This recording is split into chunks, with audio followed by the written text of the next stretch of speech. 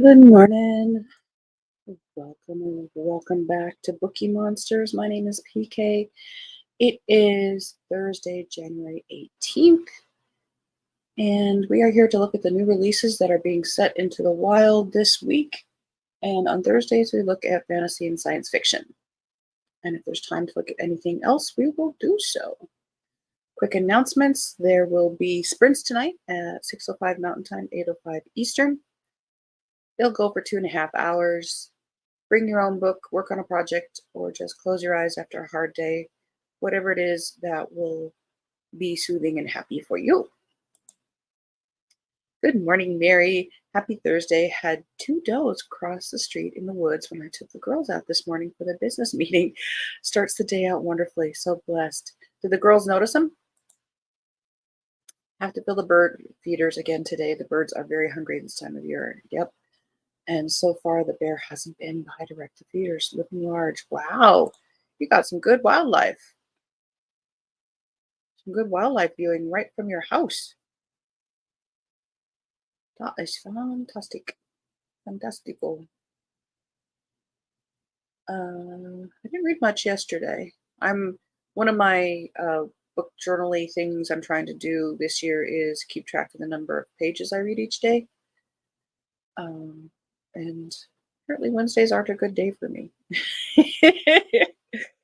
All right, let me get rid of this banner. And we will take a look at some fantasy and science fiction options being offered this week.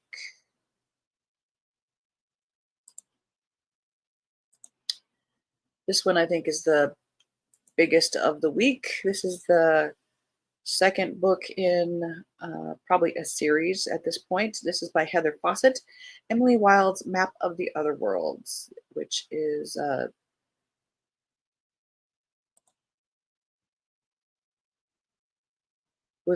first book was very, very popular last year. Sort of underrated, but definitely it had a strong undercurrent to it. That one was Emily Wilde's Encyclopedia of Fairies. When mysterious fairies from other realms appear at her university, curmudgeonly Professor Emily Wilde must uncover their secrets before it's too late. Emily Wilde is a genius scholar of fairy folklore who just wrote the world's first comprehensive encyclopedia of fairies. She's learned many of the secrets of the hidden ones on her adventures and also from her fellow scholar and former rival Wendell Babbleby. Because Bumblebee is more than infuriating, coffee is required, infuriatingly charming. He's an exiled fairy king on the run from his murderous mother and in search of a door back to his realm. And despite Emily's feelings for Bumblebee, she's not, I want to put an R in there, but she's not ready to accept his proposal of marriage. Loving one of the fair folk comes with secrets and dangers. She also has a new project to focus on, a map of the realms of the fairy. While she is preparing her research, Bumblebee lands her in trouble yet again when assassins sent by his mother invade Cambridge. Now Bumblebee and Emily are on another adventure, this time to the picturesque Austrian Alps, where Emily believes they may find the door to Bumblebee's realm and the key to freeing him from his family's dark plans. But with new relationships for the prickly Emily to navigate and dangerous folk lurking in every forest and hollow, Emily must unravel the mysterious workings of fairy doors and her own heart. Very pretty cover. Once again,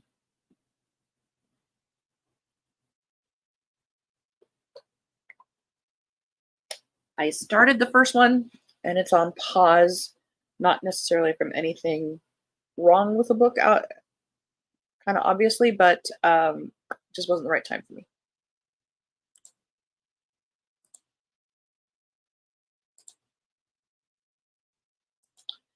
Bella saw the deer. Ia didn't talk much about it, but I'm sure she saw them too. Yes, nice cover. The Longest Autumn by Amy Avery.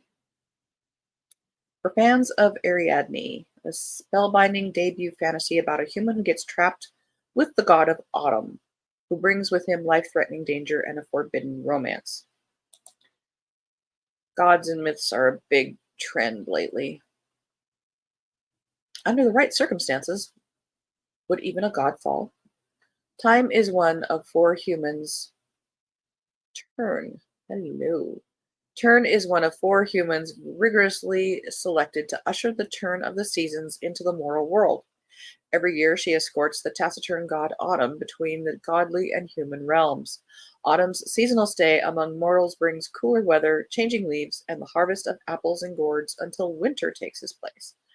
This year, the enchanted mirror that separates their worlds shatters after Turn and Autumn pass through, trapping both of them in the human realm. As the endless autumn stretches on, crops begin to fail, and the threat of starvation looms. Away from the magic of God's home, Turn suffers debilitating headaches that return with a vengeance. Worse, Autumn's extended stay in the human realm turns him ever more mortal and vulnerable, stirring a new forbidden attraction to Turn. I might be pronouncing that wrong. While the priesthood scrambles to find a way to reassemble the mirror, Turn digs into the temple's secrets and finds an unlikely ally, or enemy, in the enigmatic, there's that word again, we're going to start noticing this word, sorcerer and master of poisons, Sidriel. Thrown into a world of mystery, betrayal, and espionage as she searches for the truth, might Turn lose her morals, her hard-earned position, and the illicit spark between her and Autumn? Read and find out. But that's an interesting take on things, I will say. It's a little bit original there. The Tusks of Extinction by Ray Naylor. This is novella length. When you bring back a long extinct species, there's more to success than the DNA. I believe they've made 4 movies about that, maybe even 5. Moscow has resurrected the mammoth, but someone must teach them how to be mammoths, or they are doomed to die out again. There's a reason they died out. Don't mess with things. Dr. Demira Kismatulina is an expert in elephant behavior, was brutally murdered trying to defend the world's last elephants from the brutal ivory trade. Now her digitized consciousness has been downloaded into the mind of a mammoth. As the herd's new matriarch, can Demira help fend off poachers long enough for the species to take hold? See, there they go, even messing with that. I have opinions. Or will her own ghost and Moscow's real reason for bringing the mammoth back doom them to a new extinction? I have issues.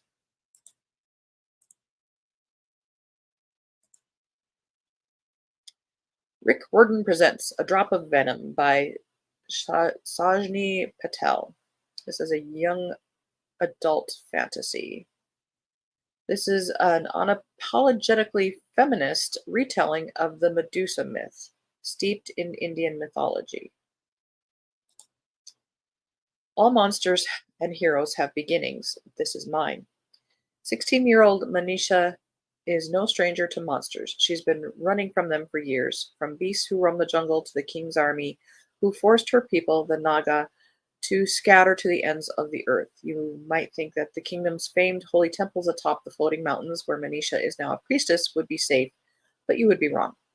17-year-old Pratyush I'm trying to not slaughter these names, I apologize, is a famed slayer of monsters, one of the king's most prized warriors and a frequent visitor to the floating temples. For every monster the slayer kills, years are added to his life. You might think such a powerful warrior could do whatever he wants, but true power lies with the king. Tired after years of fighting, Petrush wants nothing more than a peaceful, respectful life. When he and Manisha meet, each sees in the other the possibility to chart a new path. Unfortunately, the kingdom's powerful have other plans. A temple visitor sexually assaults Manisha and pushes her off the mountain into a pit of vipers. A month later, the king sends him Petrush off to kill one last monster, a powerful Negan who has been turning men to stone, before he'll consider granting the slayer his freedom. Except Manisha doesn't die, despite the hundreds of snake bites covering her body and the venom running through her veins. She rises from the pit more powerful than ever before, with heightened senses, armor-like skin, and blood that can turn people to stone. And Pratyush doesn't know it, but the monster he's been sent to kill is none other than the girl he wants to marry. That sounds more like horror to me.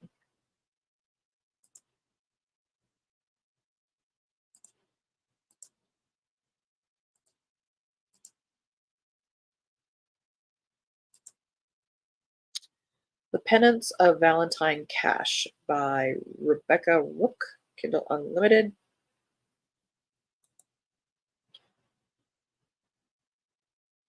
Modern adaptation of the Greek legend The 12 Labors of Hercules for young adult fantasy readers. See, tell you. Valentine Cash is dead. When she dies in an accidental collision she caused on the cusp of musical fame, Valentine is offered a deal: complete a series of difficult tasks to get her life back. Fail, and she dies a final, everlasting death. Guided by Route 66, the Mother Road of America, on her quest, she tackles one Herculean task after another, giving up a piece of herself with each trial. Valentine begins to understand that the fame she once sought won't bring her happiness or belonging, and if she fulfills the penance, she must decide what's more important: her old life or restoring the lives of the strangers who died alongside her. The young and the ancient, the tangible and the mythical, collide as Valentine learns the true meaning of redemption, connection, and the enduring power of the human spirit. That might have a good message. Machine Vendetta by Alistair Reynolds, big name in sci-fi. Third in the Prefect Dreyfus Emergencies trilogy. It is a thrilling tale of deadly conspiracies and old enemies that refuse to die. Panoply is a small, efficient police force dedicated to maintaining the rule of democracy among the 10,000 disparate city-states orbiting the planet Yellowstone. Ingvar Tench was one of Panoply's most experienced operatives, so why did she walk alone and unarmed into a habitat with a vicious grudge against her organization? As his colleagues pick up the pieces following her death, Prefect Tom Dreyfus must face his conscience. 4 years ago, when an investigation linked to one of his most dangerous adversaries got a little too personal, Dreyfus arranged for Tench to continue the inquiry by proxy. In using her, did Dreyfus also put her in the line of fire? And what does Tench's attack tell him about an enemy he had hoped was dormant? Simple yet interesting cover.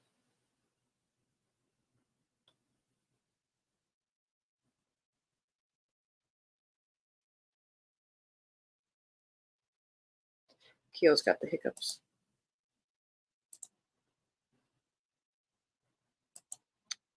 Beautyland by Marie-Helene Bertino is a wise, tender novel about a woman who doesn't feel at home on Earth. At the moment when Voyager 1 is launched into space, carrying its famous golden record, a baby of unusual perception is born to a single mother in Philadelphia. Adina Giorno is tiny and jaundiced, but she reaches for warmth and light. As a child, she recognizes that she is different. She possesses knowledge of a faraway planet. The arrival of a fax machine enables her to contact her extraterrestrial relatives, beings who have sent her to report on the oddities of Earthlings. For years, as she moves through the world and makes a life for herself among humans, she dispatches transmissions on the terrors and surprising joys of their existence. Then, at a precarious moment, a beloved friend urges Adina to share her messages with the world. Is there a chance she is not alone?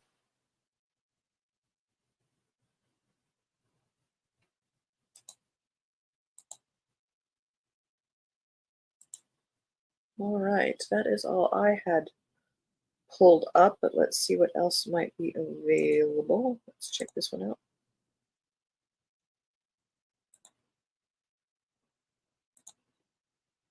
And check the release date. This looks to be young adult fantasy. Epic conclusion, lots of blurbs. Yep.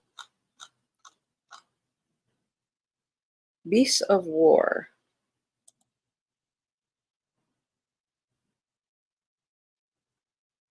Fantasy adventure filled with mythos, monsters, and mortal heroes who are astoundingly human. Once a prisoner to Fedu, the vengeful god of death, Coffee has regained her freedom, but she is far from safe. Fedu will stop at nothing to hunt her down and use her power to decimate the mortal world. Coffee knows when Fedu will strike during the next bonding, a once in a lifetime celestial event. To survive, Coffee will have to find powerful new allies quickly and convince them to help her in the terrible battle to come. Once a warrior turned runaway, Ekon has carved out a new life for himself outside Lukosa, but the shadows of his past still haunt him. Now, alongside unexpected friends, Ekon tries to focus on getting Coffee to the Kusanga Plains before the next bonding. If he fails, Coffee will be consumed either by her own dangerous power or the terrible fate Ekon is doing everything he can to prevent. Ekon devotes himself to protecting Coffee, but the lingering threats from his own past are more urgent than he knows. As Coffee and Ekon race to the Kusanga Plains and to try to garner the help of Ishoza's ancient gods along the way, they must face a slew of dangerous beasts, old and new. In the end, destiny may unite Coffee and Econ for the last time, or tear them apart for good.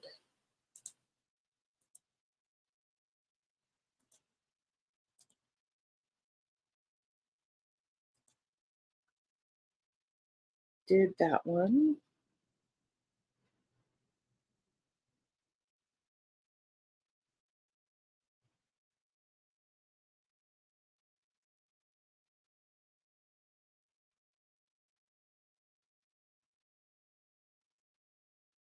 Thriller, serial killer slash fantasy.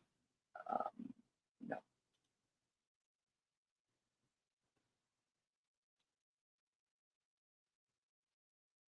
Oh, yeah. I think this was another big one. Sorry about that. Midnight Ruin, Dark Olympus, book number 6 by Katie Robert. Eurydice Dimitriou has always been the innocent sister, but she's finally ready to step out of the long shadow cast by her powerful family and the ex who shattered her heart. Perhaps rough hands on soft skin are exactly what she needs to forget her heartbreak once and for all. Kieran Aridi has been Hades' right-hand man for years. He's given everything to the lower city, but now he's ready to take something for himself. He's only too happy to give Eurydice a special kind of education, but is her heart really free enough to be claimed? Orpheus Makos will do whatever it takes to make things right. Once the golden boy of the upper city, he's now a shadow of his former self. He'll do anything to get Eurydice back, even if it means she's not coming into his arms alone. Three hearts, three futures, countless ways to get it wrong. But with enemies slipping through Olympus's faltering barrier to lay siege on the lower city, a trio of broken hearts will be the least of these would-be lovers' worries.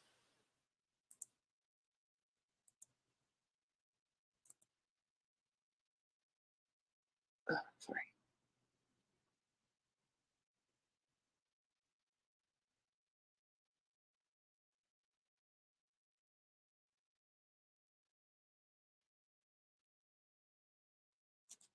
Let's double check that one. Meantime, let's get some more coffee.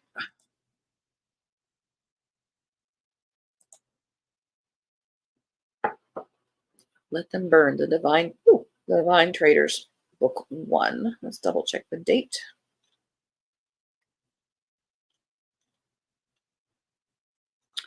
We are good. Jamaican inspired fantasies follows a God's blessed heroine who's forced to choose between saving her sister or protecting her homeland.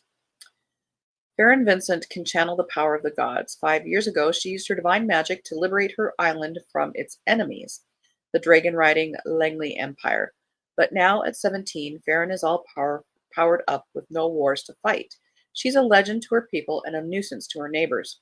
When she's forced to attend an international peace summit, Farron expects that she will perform tricks like a trained pet and then go home. She doesn't expect her older sister, Ilara, forming an unprecedented bond with an enemy dragon, or the gods claiming the only way to break that bond is to kill her sister. As Farron's desperation to find another solution takes her down a dark path, and Ilara discovers the shocking secrets at the heart of the Langley Empire, both must make difficult choices that will shape each other's lives as well as the fate of their world.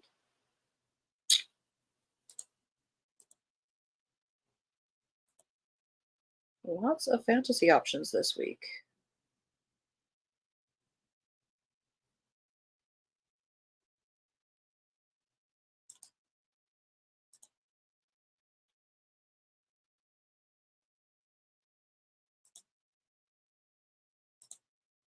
The Dawn and Its Light by Piper CJ. Should not be the other way around. Pretty covers. Comes out in March.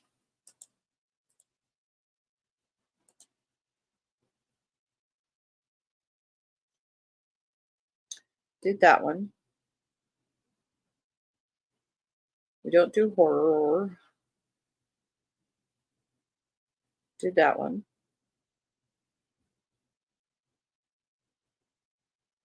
Coming of age / science fiction. Before I bring it up, I'm going to check the date real quick. We're good. 381 by Aaliyah Whiteley. Literary crossover novel about the pressures of growing up and the nature of authorship. In January 2314, Rowena Savalas, a curator of the vast archive of the 21st century's primitive internet, stumbles upon a story posted in the summer of 2024. She's quickly drawn into the mystery of the text. Is it autobiography, fantasy, or fraud? What's the significance of the recurring number 381? In the story, the protagonist Fairly walks the Horned Road, a quest undertaken by youngsters in her village when they come of age. She is followed by the Breathing Man, a looming presence dogging her heels every step of the way. Everything she was taught about her world is overturned. Following Fairley's quest, Rowena comes to question her own choices, and a predictable life of curation becomes one of exploration, adventure, and love. As both women's stories draw to a close, she realizes it doesn't matter whether the story is true or not. As with the quest itself, it's the journey that matters. And we are out of time, but definitely some options there.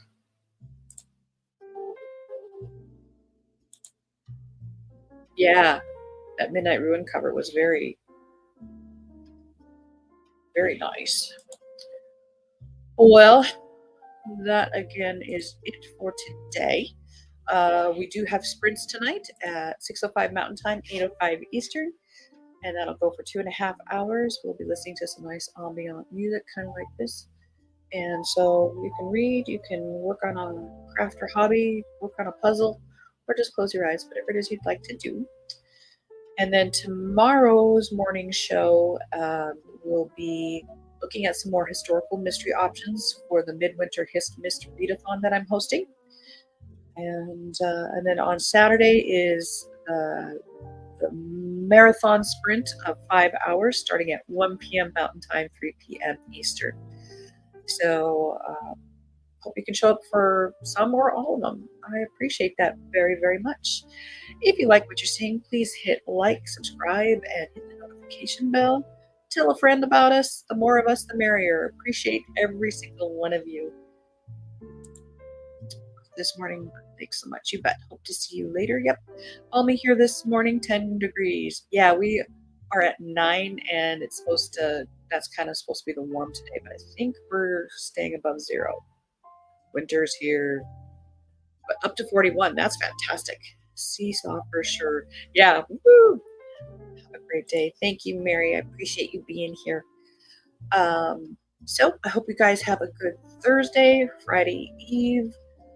Stay warm, stay safe, and as the banner says here, don't be a bookworm, be a bookie monster. Nom, nom, nom. Have a good day. God bless.